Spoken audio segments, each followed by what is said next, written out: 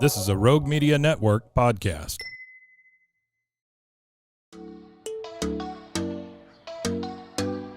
Welcome to Purpose Driven Sobriety.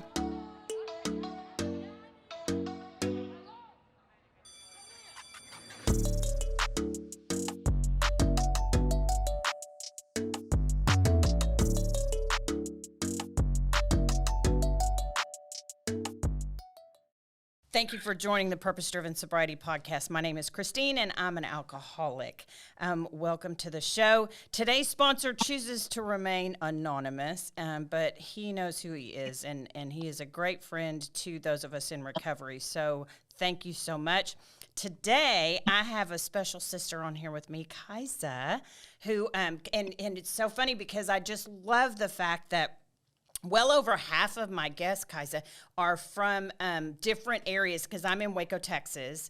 So they're from around the country, and being online, right, affords us that. So I know you probably are too, in a butt ton of different recovery pages and what have you, which is wonderful. That's a good resource.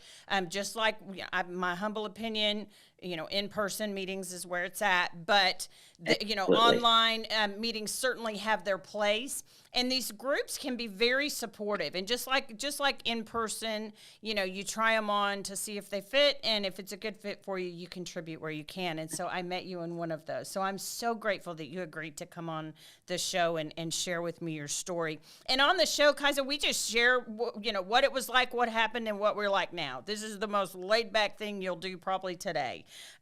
Because, it's one of those things that I started this show just this past March. And, our community, for people that are in active addiction and stuff, that can recognize when things are scripted or sugar-coated, or we just don't do that here. So I'm going to invite you to just be you, honey. And I want to hear all the things about Kajsa and what happened, what it was like, what happened, and what you're like now. All right. Well, thank you, Christine. Absolutely. Yes, my name is Kajsa, and I am an alcoholic. Hi, Kajsa. Also an addict as well. My sobriety date is 12/9/19, and for that I'm truly grateful. Mm-hmm. So I just celebrated 4 years on Saturday. Congratulations. Thank you. That's amazing. Happy birthday. Yes. Thank you. It's quite amazing. And, 4.5 years ago, if you would have told me that I would be sober and working an active program in AA, I would have just completely thought you were nuts, Really? Yeah. So I'll just get started with my little deal. Okay, so I'll start. My mom is from Sweden, and my dad is American. My dad's Afro-American, so I'm the mixture of black and white. And growing up, because, I grew up in the 60s and the 70s. So growing up, that was kind of not a lot of people didn't really like that. Plus, my name was Kajsa. No one had that name. And I always felt like I was different from somebody else, but just, part of the story as well. Sure. So, my parents got divorced early on. I was about 3. I had a really evil stepmother for a while. She was very mentally and verbally abusive to me. I went to live with my mom and my stepdad, and my stepfather was Italian. So Italians like to drink, and he allowed us to have a little bit of wine at dinner. And I say a little bit of wine. I mean, I would take like a little sip and go, ugh. But at the age of 10, I was having a slumber party, and it was my birthday. And they said, "Hey, Kajsa, you want to come out here and smoke the peace pipe?" I was like, "Okay." So I went, with all the adults in the living room, and I smoked the peace pipe. I don't remember feeling any effects of that.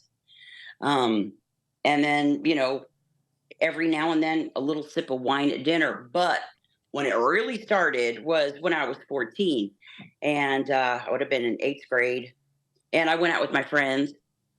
And at the time, the drive-in was a big deal back, we used to always go to the drive-in. So we got a bottle of, I guess it was bourbon, and, we were passing it around the car. And I remember grabbing the bottle and just chugging it. I mean, I took like about 8 or 10 big gulps.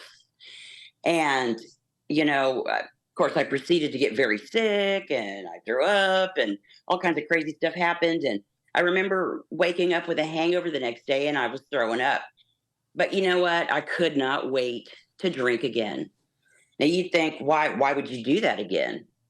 I wanted to. So, those years of growing up and, junior high and high school, basically, it was weekend parties and every time I drank, it was only to get drunk. That was my goal. Um, so but I didn't drink every day. And it was okay. I didn't think I had an issue. And then, of course, side dishes were introduced as time went on. So, and I like those too. Mm-hmm. Then I ended up moving here to Texas in 1982. And, basically it was, met some people, we'd go out to the bars, drink, carry on. I was in the apartment industry for a while. That was okay. But then I decided I would go work in a bar because that's what I did the best. I partied. I was, the good time girl. So for many, many years, I worked in, the restaurant bar business. And, I was always right there with the booze. People would tip me with side dishes in my tip jar, So, I mean, it was just a never ending thing. And I remember for about 10 years, I would sleep during the day and I'd wake up at night. I would go to work and I wouldn't go to bed until, 8 o'clock the next morning. I did that for like 10 years. Mm. So, and still not drinking every day, but still partying pretty hard. So then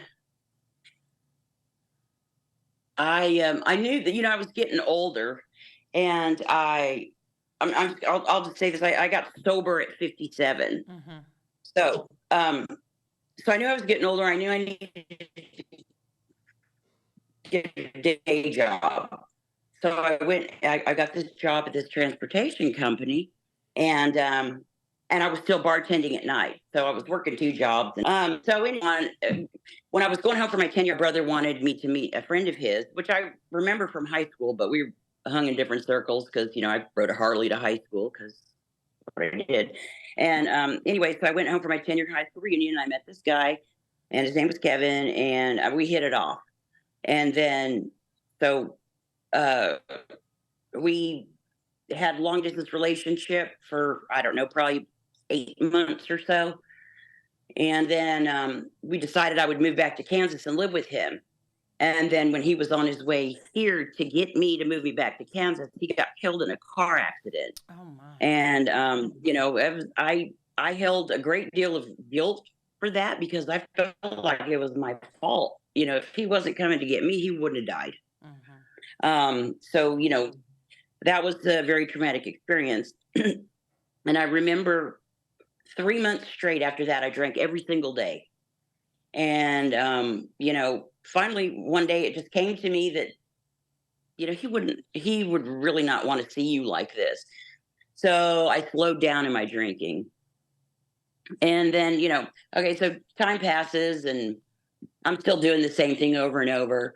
And then because last 3 years before I quit drinking, just dealing with things that I couldn't control and people I couldn't control and nothing was going my way and I was a victim and I just started to drink every day.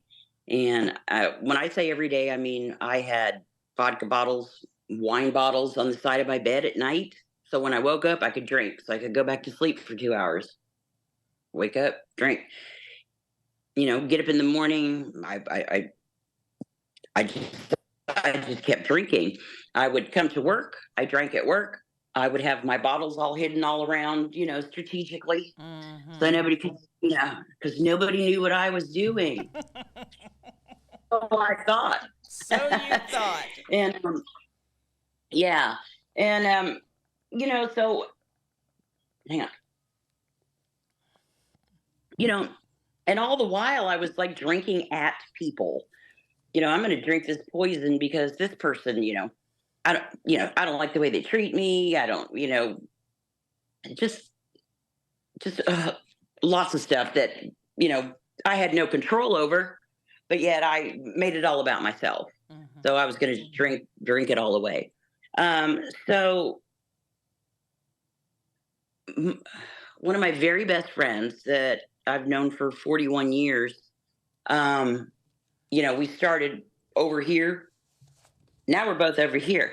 She got sober um, before I did. And I watched this woman change from a bitter, angry person that I didn't even want to be around her because she was so bitter and so angry that I couldn't take it. Well, she got sober. And then I watched this person change.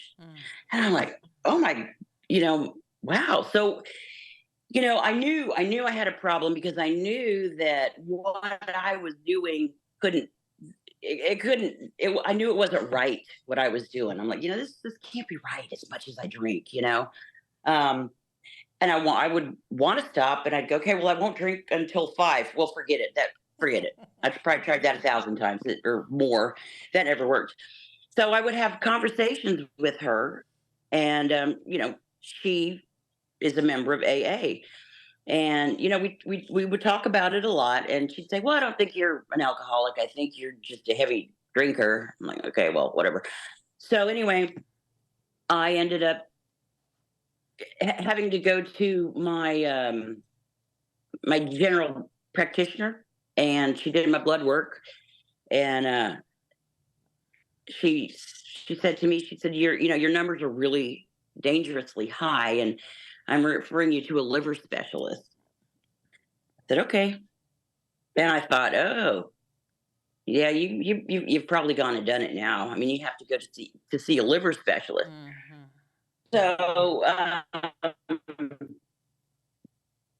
So I went, and he, I walked in, and we sat down and we started talking, and he's like, he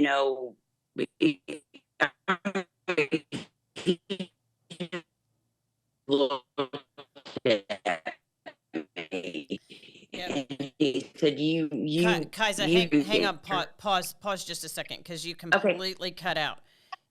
Oh, okay. Okay, Yeah, so we're sometimes at it's my 3:46. Wi-Fi here. Yeah, so hang on, let me mark this 11 minutes in.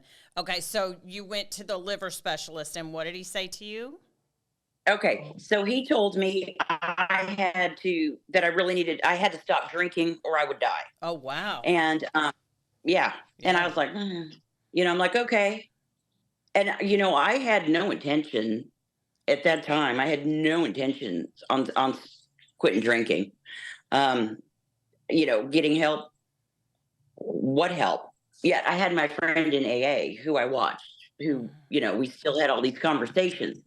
Anyway, so you know that night it was her nephew's birthday party. So I said, well, I'm going to quit drinking. I'll quit drinking tomorrow, but tonight I'm going to go to the party and I'm going to drink because I didn't want her to give me a hard time, and which she didn't. And I drank. She didn't. And, she stayed sober the whole time, and I got old fish knickered like I did. And then so, I proceeded to just keep drinking. So then it came up to the week of Thanksgiving. And well, okay, so the week before, I was too sick to come to work. Um, I mean, I really felt like I was going to die. And so I stayed in bed, but I drank the whole time. And I would get up and go to the store in the morning and get my booze. And then I would go home and stay in bed. So I missed a week of work. And that following Monday, a coworker came over, and she looked at me and she said, "Get up, put on your clothes. I'm taking you to the emergency room." And I'm like, yeah, all right, we'll go to the emergency room. All the while, just I mean, I just felt like such crap, but I just continually put the alcohol in me. So when she says, "Well, let's go," and I grab my bag and I just take all the booze, put it in my bag. I didn't even take clean underwear with me. Okay. So we go to the emergency room. They take one look at me and they said, "You're going to the hospital." And I said, no, I don't need to go to the hospital. They said, "Yeah, you do." And then they wanted me to give me a urine sample. I did. It was brown like bourbon, basically. It was, and so they wanted me to ride in the ambulance. And I said, "No, I'll have my friend take me." And they said, "No, you're getting in the ambulance. We are going to put you in an ambulance." I'm like, all right, all right, all right. Okay, I'll get in the ambulance. So I get to the ambulance. They take me to the hospital. They check me in. I end up spending 5 days in the hospital being rehydrated because I was so severely dehydrated from my drinking. Now, mind you, while I'm in the hospital, I have booze and I keep drinking. And I'm walking around with my banana bag on the little rolly thing, drinking the whole time. Well, except for like the last 2 days, I ran out of booze. But anyway, yeah, I'm thinking, oh, I'm being rehydrated. I'll be fine.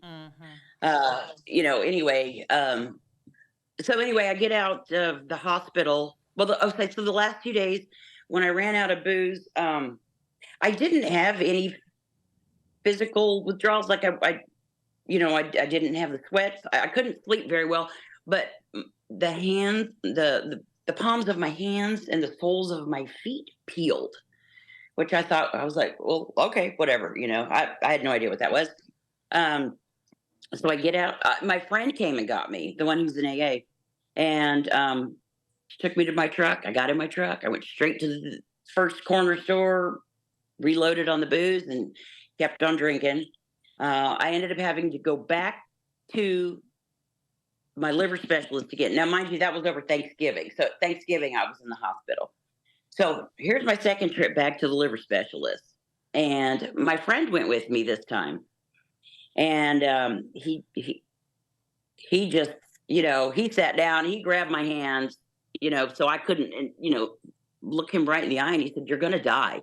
You are gonna die. You've got to stop drinking." And my friend all of a sudden says, "Well, tell her what it's gonna be like. Tell her when she's gonna die." And he's like, "Look, I can't tell you when you're going to die, but I can guarantee you it's going to be a very slow and painful death." And so, I wanted help, but I came up with a gazillion excuses and they were very weak.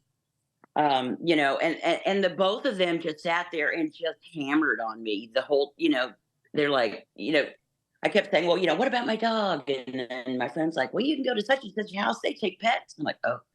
And then, I'm like, "Well, what about this? Well, what about my job?" And she said, "Okay, so how good of a job are you doing at work, drinking the whole time?" And at work, several people here were like, they wanted to get me fired, but the lady that owns the company says, "Nope, you can't fire her. You can move her into a different department, but you can't fire her because she's loyal." And anyway, so finally I just said, "Okay, I just give up." And the doctor says, "Well, you should go to rehab." And I said, yeah, let me go someplace where I can just get in and the doors will shut behind me and I can just do myself for, the 30 days. And I was really worried about leaving work because, what would they do without me? My God. And my friend got up and went and got the nurse to give me the month excuse, to be gone. And she brought it into the doctor and he signed it. And I said, "I'm going to rehab. I'm going to do this. Let's do this. I'm ready. I'm tired. I'm really tired of living my life this way." And, several times praying to God, "Would you just take me because I don't want to live like this anymore?" But he had other plans.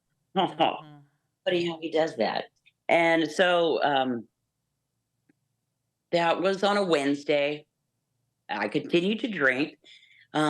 Then my friend I was really worried about telling work that I was going to leave, even though I had an excuse and I couldn't be fired, and all that. I was just so scared. And so I was sitting downstairs at my desk and I was like, "How am I going to tell him? How am I going to tell him? Because I have to go to rehab like really soon." And uh, it was like I saw my boss come around the corner to go upstairs, and it was like something just pushed me out of my chair. And so I got up and I ran over there and I said, "I'm going to go to rehab." And she said, I was expecting her to say, "Oh my God, what is the problem?" I'm like, "Ah, yeah." She's like, "Good. It's about time. I'm, yeah, I'm glad." And I was like, Wow. huh? But I thought you didn't know. Right. Right? Yeah, I didn't think anybody knew. Yeah. Oh my So gosh. anyway, yeah. So then she ended up telling her mom, the owner, and then the owner took me outside and she said, "Look," she said, "you go, you take care of yourself, you get better, you have your job. Don't worry about it. You'll get paid while you're gone. We'll be here when you get back, and we wish you the best of luck." And I was like, "Oh my God!" And it felt like the world had been lifted off my shoulders. Um, anyway, so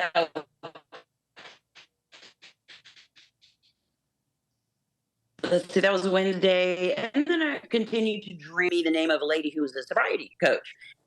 And so I called her and I talked to her for like about 2 hours on the phone. And, it was a great conversation. And she gave me names of some rehabs to call. So I did. A couple places were like in Baltimore. They said, "Oh, you have $2,000. You can get on a plane and come up to Baltimore." And I'm like, I'm negative 200 in my bank, and I'm not going to go. I'm going to get sober, but I'm not going to go to Baltimore to do it. So one of the ladies, and then a couple of places, their answering service came on. "Leave a message." I was like, "Well, kind of on a ledge here, so let me just keep on calling. Let me keep going down this list." Well, then I find the name of a place called the Right Step in Houston, and I was like, "Well, that looks like the place I need to call." So immediately, and all the while, I was always very concerned. How would I pay for rehab? Because I didn't have any money, and so I call the Right Step, and I get a gal in California, and the minute I start talking, I could hear her fingers typing. She's typing in all the stuff. I tell her, "Yeah, I just spent a week in the hospital. Blah blah blah. This is my insurance. Da da da da. All the stuff." And I mean, it seemed like about 30 seconds later, she's like, "Your rehab will be paid for by your insurance 100%." And I was like, oh my God, because it was one of my biggest fears. How the heck would I pay for that? How would I ever get well? How would, anyway. So we decided I would, because that was a Saturday. Well, and then of course, I had booze in the house, so I had to wait. I was going to make sure that I had everything finished off. So I wasn't going to dump it, and I wasn't going to come home with alcohol in my house. So there you go. So I drank up until 8 o'clock, December 8th, 2019. I had my last little tiny bottle of wine, and I used to get those little bottles because I could hide them in my bra. Yep. Yep. And I remember looking at the clock, and I looked at the bottle, and I said, "This is it. I'm done. I'm not living like this anymore. I can't do it. This has to be it." And I drank that bottle, and that was it.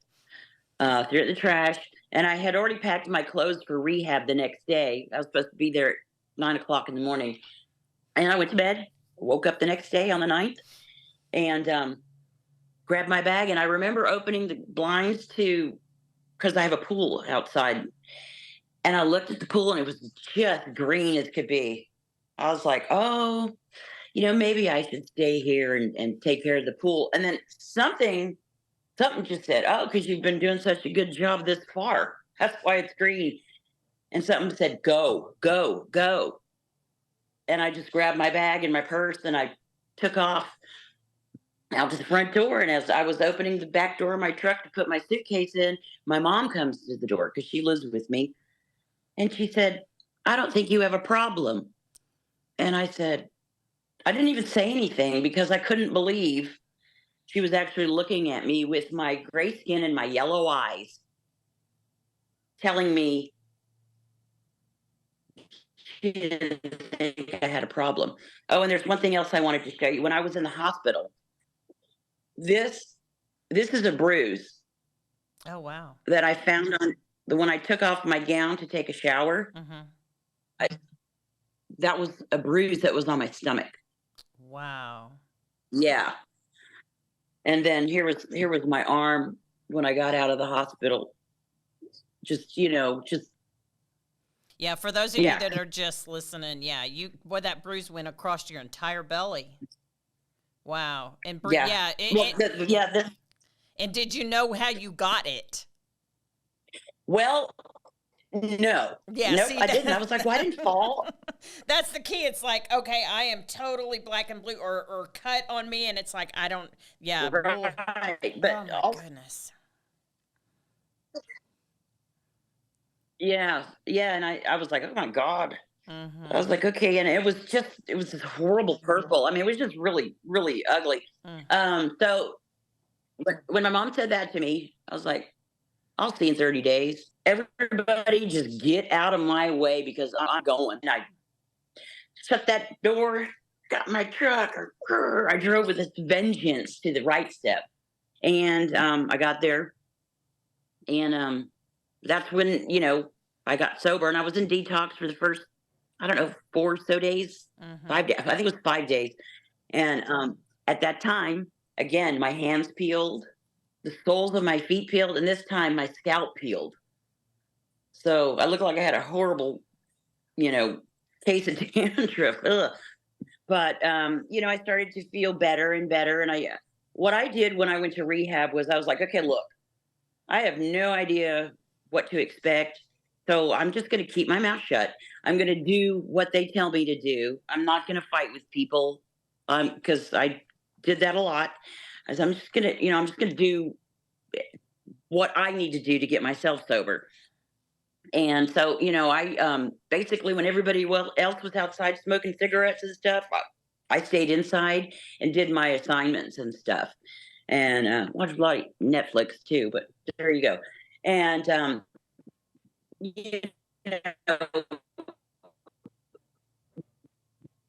while I was in, and we had other groups that would come in and talk to, as clients while we were in there, and you know, uh, so I also got to see other people that had been there at that particular treatment center that were out now that were, living a whole different life, Mhm. And so the day I got out of the right step, um, well, my counselor had given me the names of some AA groups. And I said, well, give me the ones that are really close to my house because I don't want any kind of like detour action going on. And so I went to Spring Group of Alcoholics Anonymous. That was the closest to my house. And they had a 6 o'clock meeting. So the day I got out, I went there. And that's still my home group today. Mm. And, they said, get a sponsor, work the steps, do all this stuff. I had no idea what that meant. But I did. I did exactly, I did what they told me to do. And, I found this wonderful woman who sponsored me. She took me through the steps, and she's a retired school teacher. Amazing, just an amazing woman. And she used to say all this stuff to me, and I'm like, I don't even know what you're talking about. I don't get this. But okay, let's just do this. Let's do these steps. And she kept telling me how on fire I was because every time I'd finish a step, I'm like, can we start on the next one? Can we do the next one? Can we do the next one? And sometimes she'd tell me to slow down a little bit, but I remember doing that fourth step, and I'm like, okay, so yeah, what is all about this fourth step thing? And I'm like, I don't really have any resentments. Well, I did, and when I put that pen to that paper, all of a sudden I'm writing and I'm writing and I'm writing. I'm like, oh my God, where's all this coming from? But I couldn't stop writing. And then we worked through all those, and I was just like, oh my gosh, I had no idea all this Mhm. was up here, you Mm. know. And but I thank God. I thank God for AA and those steps because it just made me realize that you know the alcohol was but a symptom of my problems, and gosh, I played a part in every single one of those things, but you know, um, so and my my sponsor kept saying, you're gonna have a spiritual awakening, and okay, whatever that is. And so I remember, I think it was about 4 months into sobriety, and by now COVID had hit, so we were on the lockdown pretty much. But I still got to go to work because I'm an essential worker, Mm. and she always talked about the obsession being lifted, and I was like, well, I'm not doing anything, so that must be it. Well, no, okay. So I go to the Circle K, which is where I go every morning to get my coffee. I get out of my truck and I look down between my feet, and there's a bag of cocaine between my feet. And I went, holy. Then I picked it up and I threw it in the trash can. And as soon as my hand opened, and that bag just, it's slow motion, and it went down into the trash can, and I went, holy shit, what was that? And I was like, oh my God. And I called my sponsor and I said, the obsession's been lifted, oh my God. And I was just so elated, and then I realized that, God was doing for me what I couldn't have done for myself. I didn't even know that was. And, bam, there it was in my face. I mean, 4.5 months before that, I'd probably been disappeared for about 5 days. Mm-hmm. Anyway, so I ended up working all the steps, and it was amazing. It was an amazing thing. I've sponsored a couple of girls. I have taken one sponsee through the steps.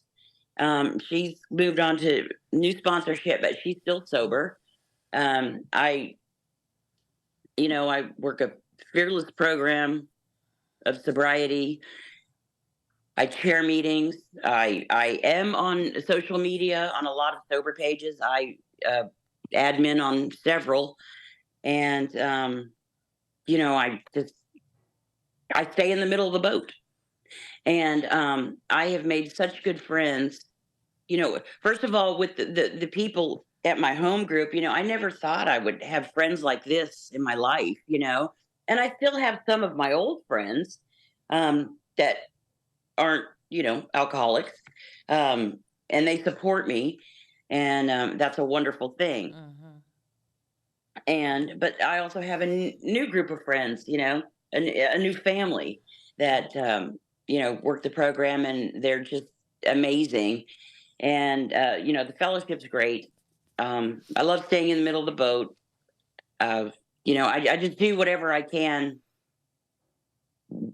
daily. Mm-hmm. Make sure that I, do the deal. Right. So, right.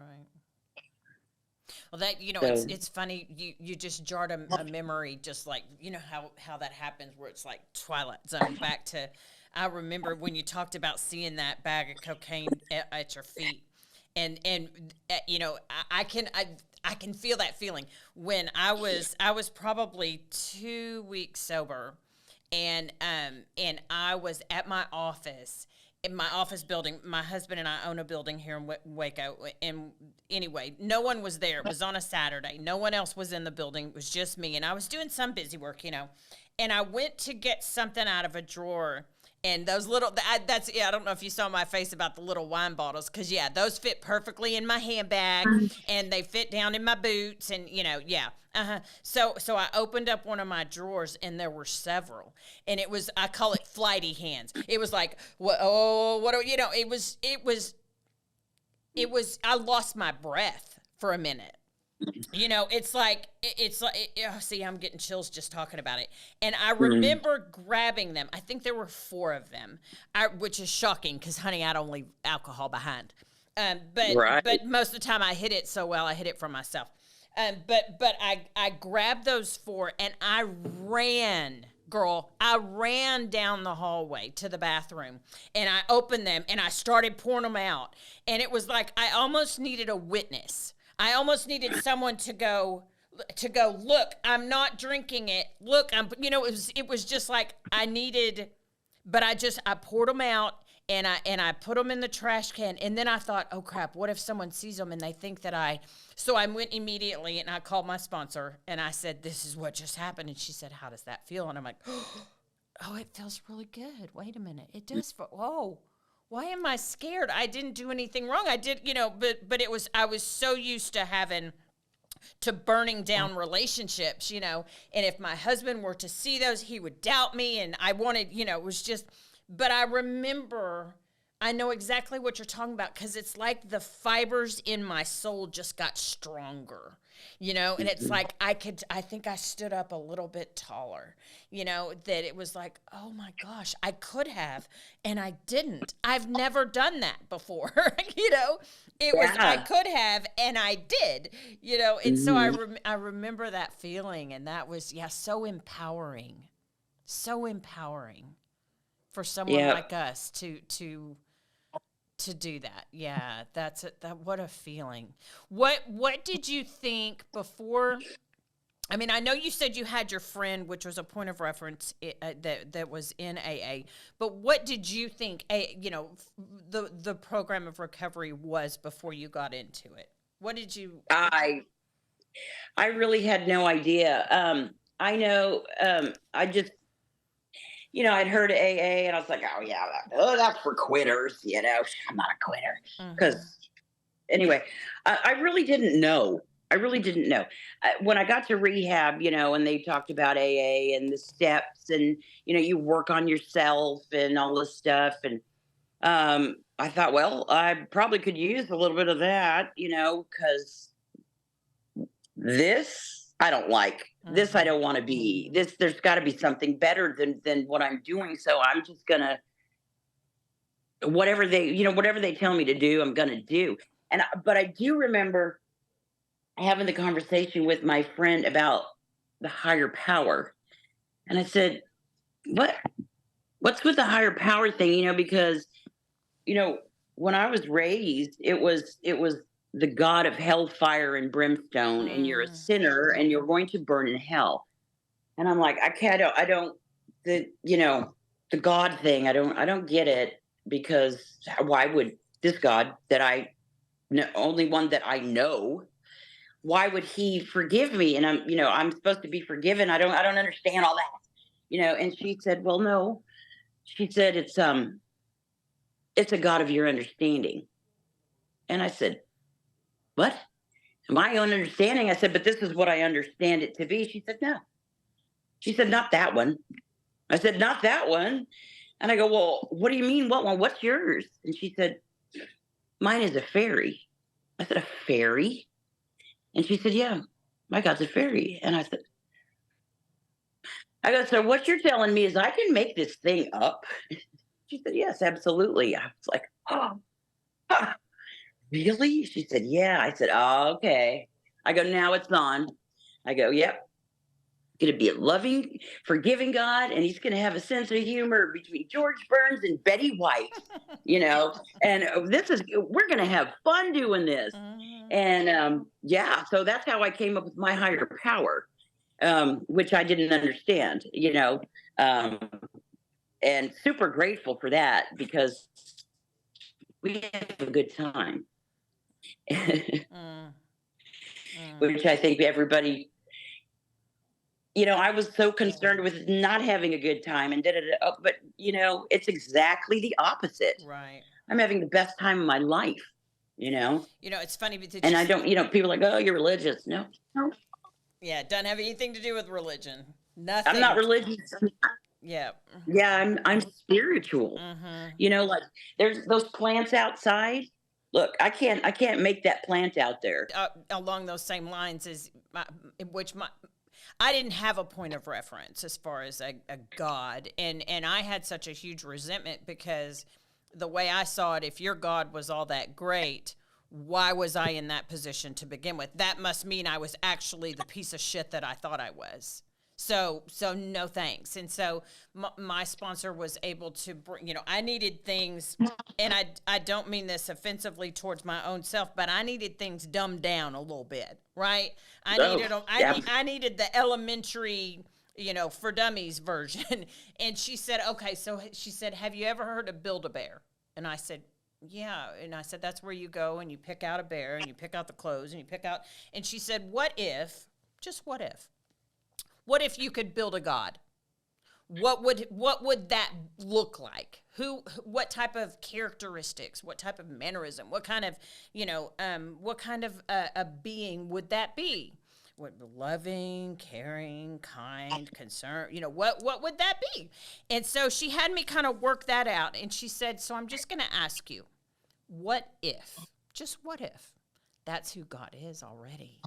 What if? And I'm like, oh, shit. Really? And so it was in a way that I could understand it. Because, I've said on the show before, God was for all the people on Sunday that dressed up real pretty and went to the building with a T on top of it. That wasn't where I belonged, and so bringing it down to a level that you can understand it. Let me ask you, when you got to like steps 8 and 9, was there an amends that you made that wasn't accepted? Yeah. Really?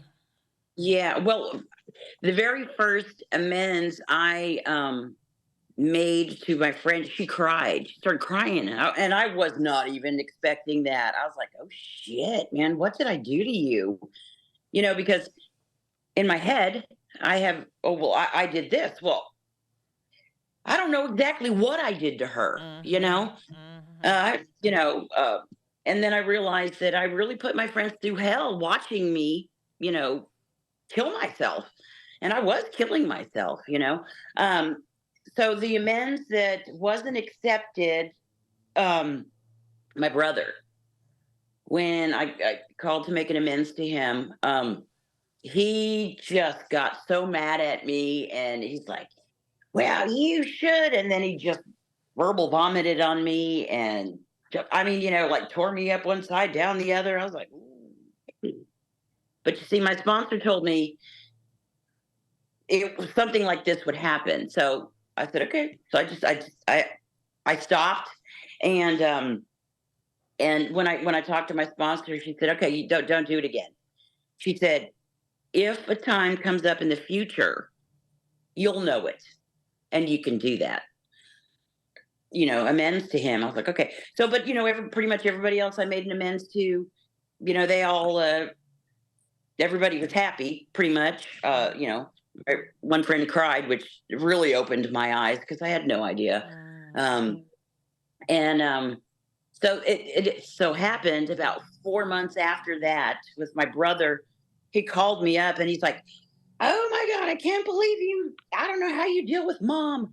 Blah, blah, blah. She talks all the time. She does it. She doesn't let me talk. Blah, blah, blah. And I said, Akeem, I said, remember all those times when I asked you to please take mom for just a month so I could have a month to myself?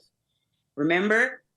He said, yeah. And I said, no, all the time. And I said, yeah, I know you said no. I go, but I did get a break from mom for a month. And you know when that was? And he goes, no, when? I said, well, when I went to rehab. He's like, oh my God, Kajsa, I had no idea. It's like, and then I said, okay. And then I started my amends to him. And then he absolutely accepted it. Absolutely accepted it. So that's amazing. I'm really glad because I love my brother very much. And I don't want to be on the outs with him. We've always been very close my whole life up until, about the last 3 years of my drinking career. He was like, he won't have anything to do with me. And I get it. I didn't get it at the time.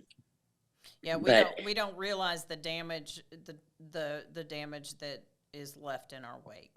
Not until we go back and we're able to turn around and have the strength to look at that. And sometimes that's really hard to do. Tell me, what is forgiveness to you? For me to forgive, okay, so my stepmonster, I call her, who was, like I said earlier, she was verbally abusive, mentally abusive to me. Okay, so basically, what she did to me, because I was a young kid, and she treated my brother completely different than she treated me. So that rented space in my head for 50 years. And so, when I worked my fourth step, I realized that I didn't do anything to her. Okay. So that kind of made me want to hold on to the resentment even more, because I didn't do anything to deserve to be treated that way. But then, you know, I had to realize that I had to forgive her so I could be free from all that, all those horrible feelings I've had towards her in my life, and you know, feeling less than, feeling ugly. She never liked my hair. I don't. She always wanted me to wear these little pom pommy things on my head, because my hair is naturally curly. So when it's short, I got a pretty good size afro. But she would make me wear these things, and I'd look like Mickey Mouse. And they pull them so tight that it would hurt me, and then I would complain, and she was just a horrible. Anyway, so I mean, I could go and fill my resentment cup back up with her, but I'm not going to, because I forgive her for whatever it was that made her treat me like that. I don't know, and I probably never will know in my life. I do know that she tried to get in contact with me.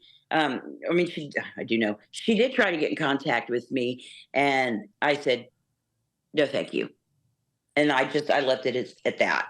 Um, because she's no longer she's not gonna steal my joy, Right. you know. And the things she said to me when I was a little kid do not define me at all. I mean, because she was like, you're stupid. She was just not very nice. And then I realized that I probably had a lot to do with her, how she was or whatever. But yeah, so I forgive, because I realize everybody's human.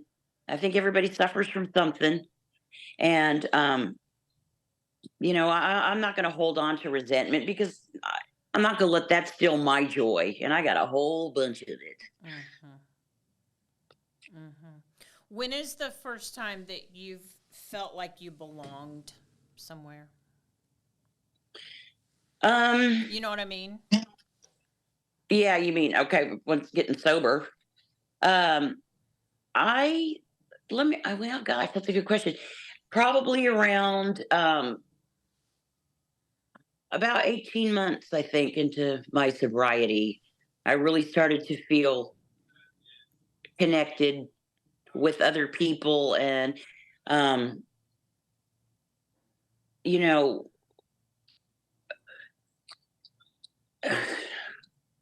I remember. Okay, so, all right, let me think about this.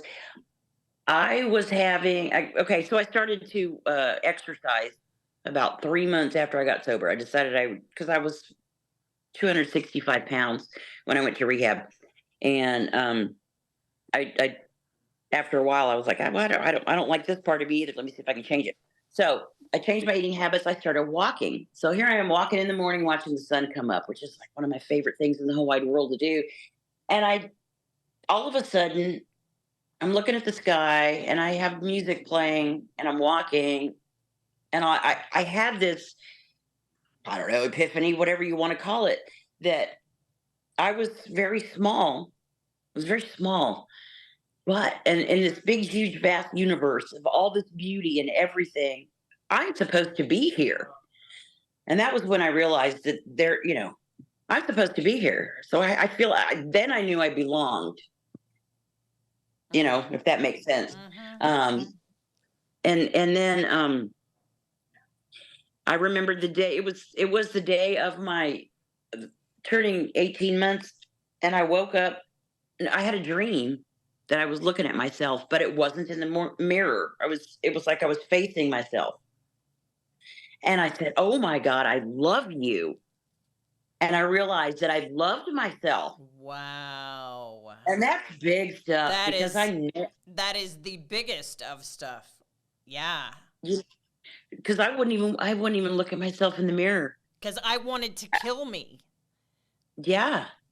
To And go I was from doing a good. right to go from that to yeah, I not only do I love you, I like you.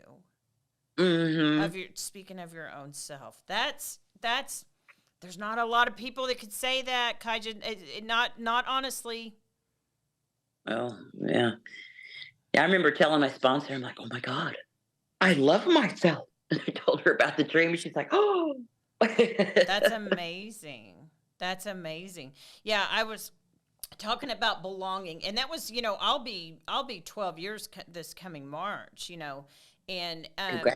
thank you, and by the grace of God, there go I. But the epiphanies that just keep coming, the things that God reveals,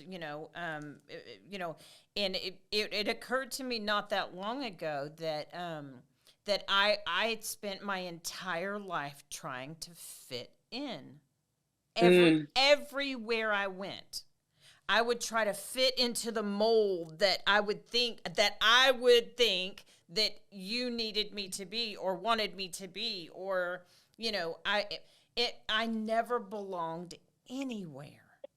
I would just always try to fit in, which was exhausting.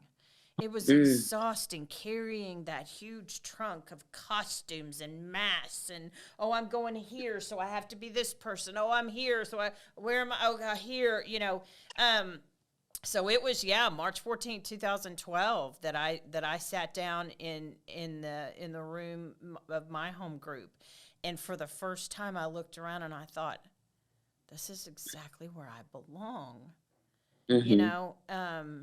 And I had left that trunk. It was smashed actually, and I never picked it back up. And from that day, unapologetically, if you're within my presence, within 5 minutes, you're gonna know I'm an alcoholic. Not that I intentionally set out to tell people, but it's just that's the best part about me. It just Yeah. is. I was telling another friend, when I mention that I'm an alcoholic, that tells you everything you need to know about me. That I have fallen to the furthest of falling, but that I got back up. That's all you need to know. Everything in Yeah. between we can, I can talk about later, but it's just that's just the absolute best thing about me. So tell me, can you pick one word that describes your recovery? Oh Oh, God. I know. I got a bunch of them. Um, One word. Gosh, awesome is my favorite word. I just have to say awesome. I mean, everything, everything about recovery is it's just amazing. It's a beautiful life, isn't it? That's more than a word. Yeah, no, that's okay. It's a beautiful life. People just the person that is listening to this that is still suffering, that has this. You hear the term alcoholic addict and you think about that person, under the bridge with a paper bag, and it's just like, Rock bottom. honey child, this is what the alcoholic addict looks like. That's right. I mean, I'm telling you what, I will spend the rest of my days, the rest of the breath that's in my body, with no shame, talking about addiction and recovery forever. Absolutely. Yeah. Give away what we received. And another thing, on Monday, I celebrated 20 years with my company. That's So there you amazing. go. There's another milestone. And thank God they stuck with me, through the worst times. But, I'm like, I never worked anywhere for 20 years of my life. Hmm. But, I do this job now, and where we used to have 3 people in my department, it's just me. Now, I could use some help, but I rock this thing. And, if it weren't by the grace of God and AA, I wouldn't be able to do what I do now. There's no way. This program of living that is so amazing that I believe anybody can benefit from. You don't have to be an addict or an alcoholic.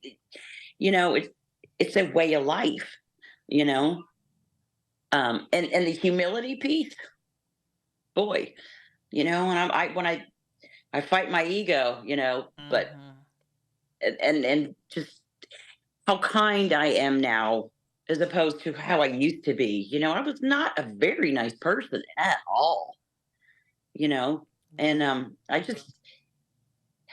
so happy that I can be a kind, loving person. Right. And contribute better. Tell me, how do you start your day? Well, what I do first thing, I feed my dog because he gets kind of lippy if I don't, and I go outside and I say my prayers in the backyard, because I can look at the sky, and I'm outside, and that's why I like it. So I say my prayers, and then I eat, and then I either go to the gym or I walk 6 miles, and then I come home, get ready for work, and then I come to work and I do my thing. And then while I'm here, I get on social media and talk to people, connect with them. That's awesome. How can people find you? What page? Tell me the recovery pages that you're in. Okay. The Sober Revolution on Facebook, and the Sober Hope Houston group, and then we have a ladies Sober Hope group. Okay, awesome. Thank you so much for joining me. I'm so happy to know you. It's so nice meeting you. Thank you for having me. Gosh. And you're just down the highway. I don't get down that way very often, but yeah, I'm glad to know that I've got a sister in my own state that's in recovery. That's marching the march with me. So anyway, sister, it's good to know you. Thank you so much for being here. Thank you so much, Kristen. Right. It's wonderful meeting you. You as well, sweetheart. Thank you for listening to the Purpose Driven Sobriety Podcast. Keep coming back.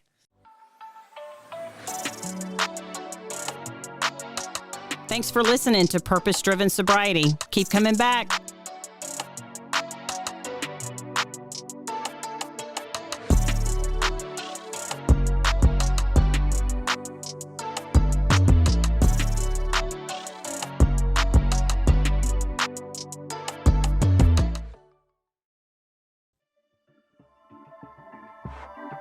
This has been a Rogue Media Network production.